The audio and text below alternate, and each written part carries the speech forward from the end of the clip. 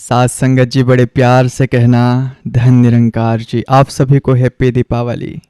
साथ संगत जी, आज का सत्संग बहुत खास है क्योंकि आज मैं आपको उस रहस्य से परिचित कराऊंगा जिसे केवल एक साधक अपनी साधना की गहराइयों में अनुभव करता है। आज मैं आपको कोई कहानी सुनाने नहीं आया हूं, आज मैं आपको आपकी ही कहानी याद दिलाने आया हूं। एक ऐसी कहानी जो हजारों साल पहले बाहर घटी, लेकिन आज भी इसी पल आपके भीतर घट रही है। यह राम की कहानी नहीं, यह आपकी कहानी है। यह दीपावली के उत्सव की कहानी है जो आपके भीतर मनने की प्रतीक्षा कर रही है। तो चलिए चलते हैं अपनी अयोध्या में। यह है अयोध्या। इसका अर्थ है अयुद्ध, जहां कोई लड़ाई नहीं, कोई संघर्ष नहीं। यह आपके भीतर की वही अवस्था है जब आप सहज होते हैं, शांत होते हैं, आनंद में होते हैं। यह आपकी चेतना का स्वाभाविक राज्य है और इस अयोध्या के राजा है दशरथ। दशरथ यानी वो जिसका रथ 10 घोड़े चलाते हैं। 10 घोड़े हैं आपकी 5 ज्ञान इंद्रिया, आंख, नाक, कान, जीभ, त्वचा और 5 कर्म इंद्रिया, हाथ, पैर, मुंह आदि। जब तक इन 10 इंद्रियों का रथ सही दिशा में चलता है, आपके भीतर की अयोध्या में उत्सव होता है। लेकिन साथ संगत जी, इस राजा दशरथ की एक कमजोरी है, उनकी 3 रानियां। कौशल्या यानी आपकी कुशलता, आपकी निपुणता, स्किल। सुमित्रा यानी वो जो सबकी मित्र है, आपका विवेक, अवेयरनेस। और तीसरी कैकेयी यानी कि आपकी इच्छा शक्ति, विल पावर या फिर डिजायर। जब तक इच्छा, विवेक और कुशलता के साथ रहती है, सब मंगल होता है। लेकिन हर कहानी में एक मोड़ आता है संतो, यह मोड़ है मंत्रा। मंत्रा कौन है? यह आपकी अपनी कुटिल बुद्धि है, आपका ही संशय, आपका ही संदेह है, आपकी ही नकारात्मक सोच। जब आपकी इच्छा शक्ति कैकेयी आपकी नकारात्मक बुद्धि की बातों में आ जाती है तो आपके भीतर की पूरी अयोध्या में उथल पुथल मच जाती है। तब यही इच्छा शक्ति मांग करती है कि राम को 14 वर्षों का वनवास हो। और यह राम कौन है? साथ संगत, राम कोई और नहीं, आपकी अपनी आत्मा है, आपकी अपनी चेतना, कॉन्शियसनेस। जब आपकी इच्छाएं आपके संदेहों और डर के प्रभाव में आ जाती है तो आपकी अपनी आत्मा को ही अपने घर अयोध्या से बाहर निकलना पड़ता है। इसी को वनवास कहते हैं।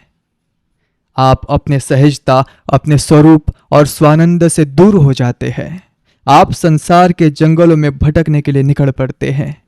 लेकिन इस वनवास में राम अकेले नहीं जाते, उनके साथ है लक्ष्मण, यानी कि लक्ष्य पर ध्यान। यह आपका विवेक है, आपकी सजगता, अवेयरनेस। जब भी आपकी आत्मा संसार में भटकती है, आपकी सजगता एक छोटे भाई की तरह हमेशा उसके साथ रहती है। बस आपको उसे सुनना होता है। और साथ में है सीता। सीता कोई स्त्री नहीं, आपकी अपनी शांति है, आपकी अपनी ऊर्जा, आपकी अपनी शक्ति। जब तक आपकी चेतना या फिर राम, आपकी सजगता यानी लक्ष्मण के साथ आपकी शांति है, तब तक जंगल में भी मंगल है। कहानी आगे बढ़ती है संतो। संसार रूपी जंगल में एक दिन एक सोने का हिरन दिखाई देता है। यह सोने का हिरन क्या है? यह माया है, यह संसार का आकर्षण है। सुंदर पद, बड़ा घर, बहुत सारा धन, प्रसिद्धि, यह इतना आकर्षक लगता है कि आपकी शांति यानी सीता उसे पाने के लिए व्याकुल हो उठती है। वह अपनी चेतना से कहते हैं कि मुझे ये हिरन चाहिए। गुरुवाणी भी तो यही कहती है, कंचन सिम पाइये नहीं तोली, मंदे राम लिया है मोली। अर्थात यह परमात्मा सोने से नहीं, माया से नहीं, इसे तो मन देकर ही पाया जा सकता है। लेकिन आपकी शांति माया के पीछे दौड़ पड़ती है। आपकी चेतना उसे समझाने की कोशिश करती है, पर इच्छा के आगे चेतना को झुकना पड़ता है। राम उस मायावी हिरन के पीछे चले जाते हैं। जाने से पहले वह अपने विवेक यानी लक्ष्मण से कहते हैं कि शांति का ध्यान रखना। तब आपका विवेक यानी लक्ष्मण आपकी शांति की रक्षा के लिए एक लक्ष्मण रेखा खींचता है।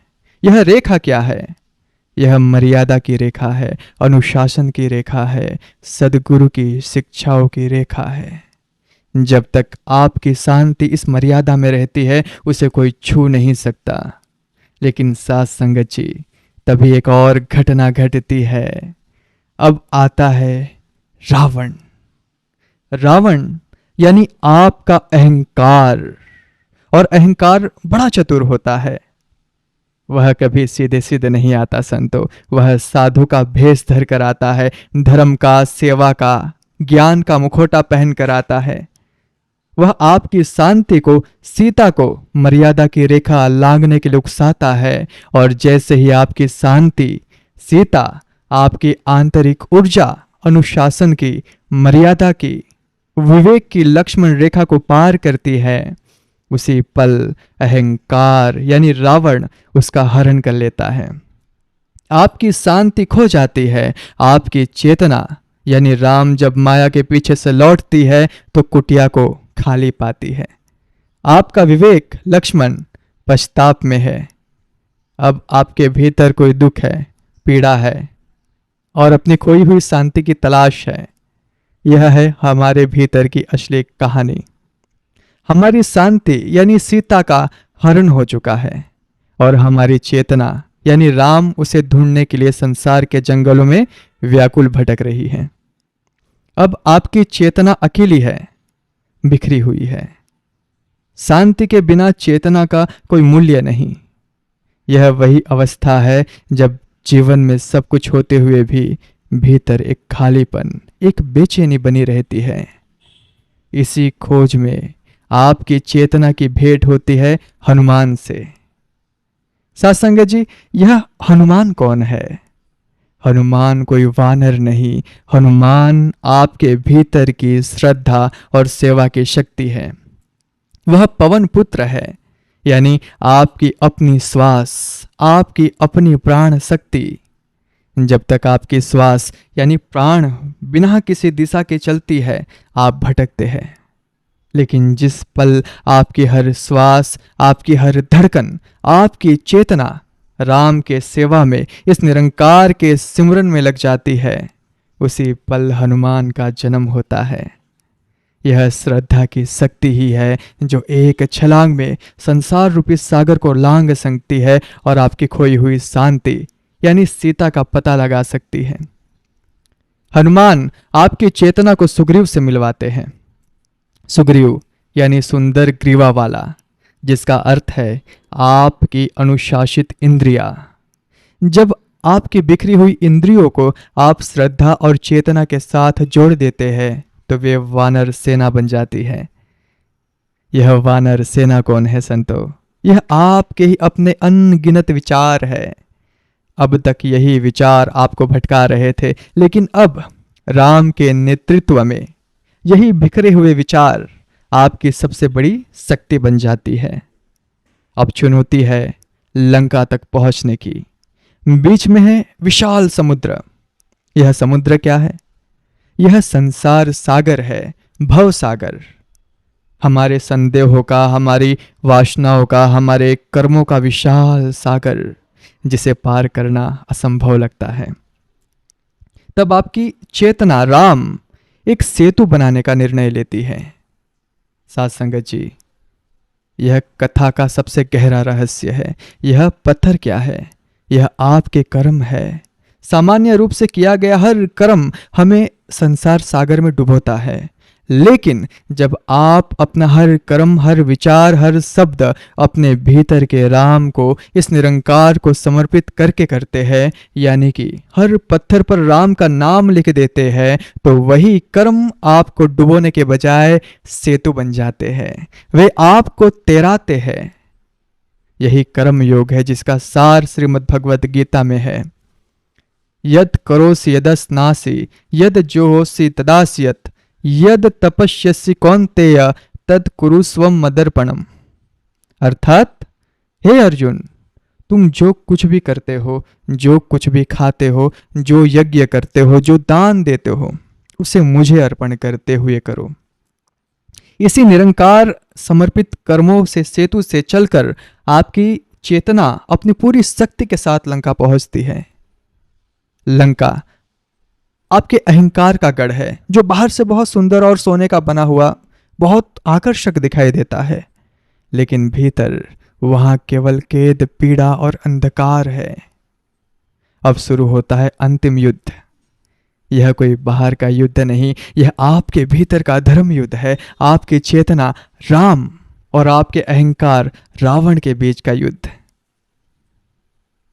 इस युद्ध में अहंकार के कई साथी है, कुंभकर्ण जैसे। वह आपका गहरा आलस्य है, आपका ज्ञान है जो 6 महीने सोता है और जब जागता है तो सब कुछ नष्ट कर देता है। मेघनाथ, यह आपकी सूक्ष्म इच्छाएं है जो बादलों में छुप कर वार करती है, जो दिखाई नहीं देती पर आपको कमजोर करती है। आप एक एक करके इन सभी आंतरिक शत्रु पर विजय पाते हैं। अंत में सामना होता है रावण से, आपके अपने अहंकार से। अहंकार को मारना सबसे कठिन है संतो, क्योंकि उसके 10 सिर है। आप एक को काटते हैं, दूसरा उगाता है। आप क्रोध को जीतते हैं तो लोभ प्रकट हो जाता है, लोभ को जीतते हैं तो मोह पकड़ लेता है। तब विभीषण यानी कि आपके भीतर का विवेक जो अब तक अहंकार के साथ था, वह आपकी चेतना राम की शरण में आता है।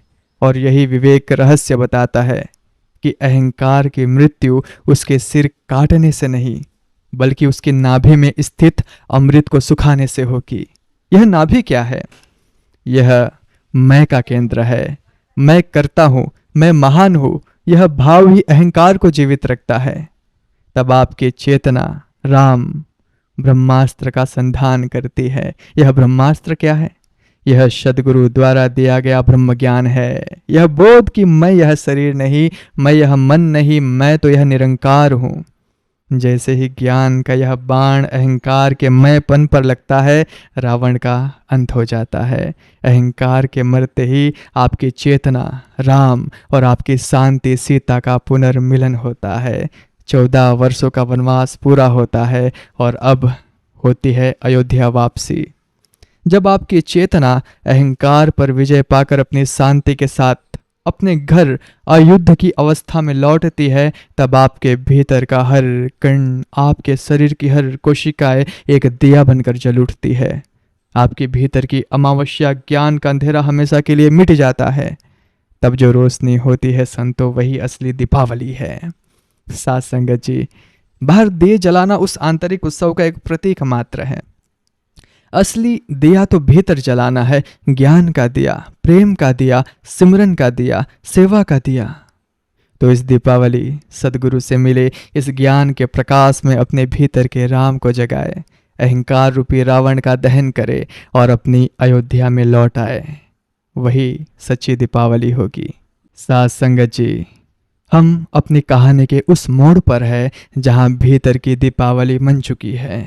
अहंकार रूपी रावण का अंत हो चुका है और चेतना यानी राम अपनी शांति यानी सीता के साथ अयोध्या के सिंहासन पर विराजमान है।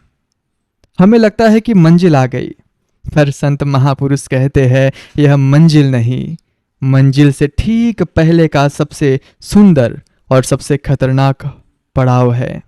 यह राम राज्य की अवस्था है, एक सिद्ध योगी की अवस्था, जहां सब कुछ नियंत्रण में है, आनंद है, शांति है।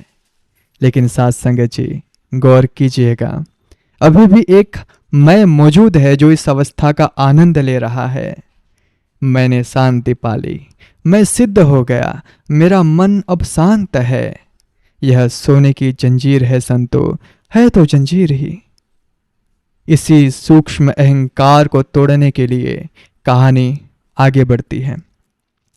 यहीं से शुरू होती है उत्तरकांड की यात्रा, यानी कि अवस्थाओं से भी परे जाने की यात्रा। इस यात्रा में पहली परीक्षा आती है संतो, अग्नि परीक्षा। यह संसार की निंदा नहीं संतो, यह आपके भीतर की ही ज्ञान अग्नि है।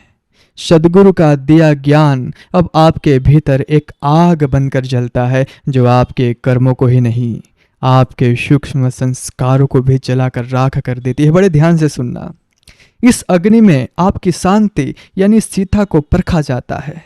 इसमें देखा जाता है कि क्या यह शांति परिस्थितियों पर निर्भर है, क्या मान सम्मान मिलने पर यह बढ़ती है और अपमान मिलने पर घट जाती है। जब आपकी शांति यानी सीता इस ज्ञाना अग्नि में से बिना जले और भी कुंदन होकर निकलती है, तब आप एक योगी से सिद्ध की यात्रा पर आगे बढ़ते हैं। लेकिन असली छलांग तो अब है संतो। एक साधारण लोक निंदा के कारण आपकी चेतना यानी राम अपने ही परम शांति सीता का त्याग कर देते हैं, उसे अपने से दूर भेज देते हैं। क्यों? यह आध्यात्मिक यात्रा का सबसे गूढ़ रहस्य है संतो। मुक्ति की अंतिम कुंजी यहीं छिपी है। सिद्ध पुरुष जानता है कि जब तक शांति मेरी है तब तक मैं जिंदा हूं, और जब मैं जिंदा है तब तक दूरी है, द्वैत है। परमात्मा से एक होने के लिए शांति को अनुभव करने वाले अनुभवी को भी मिटाना होगा। यह त्याग आपकी चेतना का अंतिम समर्पण है। यह कहना है कि हे निरंकार, मुझे शांति भी नहीं चाहिए, मुझे आनंद भी नहीं चाहिए, मुझे मुक्ति भी नहीं चाहिए, और मेरे अस्तित्व को भी खत्म करके मुझे अपने में समाहित कर लो। गुरुवाणी का महावाक्य याद कीजिए संतो। जो तुद पावे साई भलीकार, तू सदा सलामत निरंकार। अर्थात हे निरंकार, जो तुझे भाता है वही अच्छा है, बस तू ही हमेशा सलामत रहे। संतो, इस महात्याग के बाद आपकी शांति यानी सीता वाल्मीकि के आश्रम पहुंचती है, यानी कि आपकी व्यक्तिगत शांति अब सदगुरु के ज्ञान इस निरंकार के हवाले हो जाती है। आपने उसे भी सौंप दिया, और इस परम समर्पण और शून्यता से ही जन्म होता है संतो लव और कुश का। बड़ा इंटरेस्टिंग है। लव है निस्वार्थ बिना शर्त वाला प्रेम, यानी कि अनकंडीशनल लव, और कुश है सहिच बिना कर्ता भाव के किया गया कर्म, यानी कि एफर्टलेस एक्शन। जब मैं नहीं बचता तो जो प्रेम बहता है वह देव्य होता है। जब मैं करता नहीं होता संतो तो जो कर्म होता है वह कुशल और अचूक होता है। अब आप काम नहीं करते संतो, निरंकार आप में से काम करता है। अब आप प्रेम नहीं करते, निरंकार आप में से प्रेम बनकर बहता है। यही वह अवस्था है जहां संत कबीर कहते हैं संतों कि जब मैं था तब हरि नहीं, अब हरि है मैं नाही। साथ संगत जी, यह लव और कुश यानी कि निस्वार्थ प्रेम और निस्वार्थ कर्म इतने शक्तिशाली होते हैं कि वे आपके ही स्थापित चेतना यानी राम को ही चुनौती दे देते हैं। इसका अर्थ है संतों की समर्पण से जन्मी शक्ति प्रयास से पाई शक्ति से हमेशा बड़ी होती है।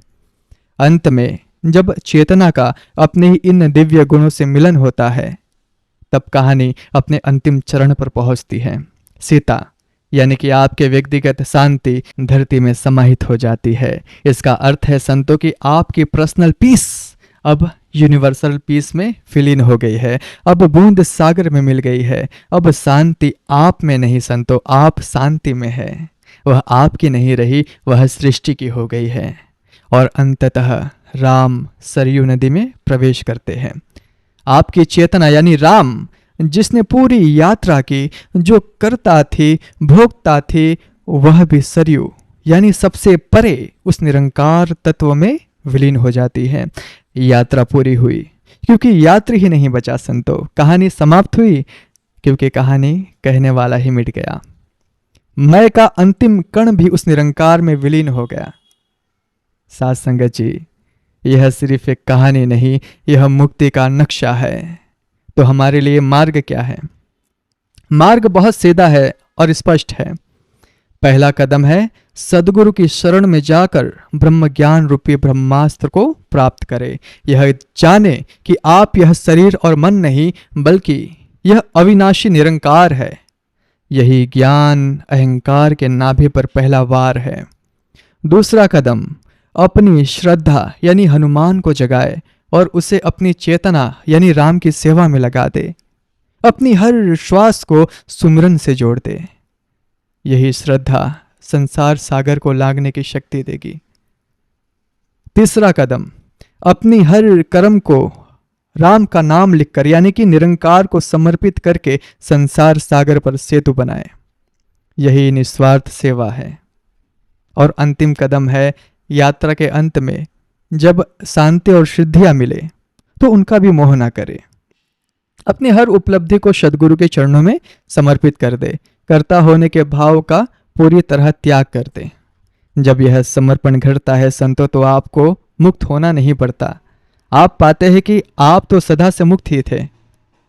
यही है सच्ची दीपावली, यही है जीवन का परम उत्सव।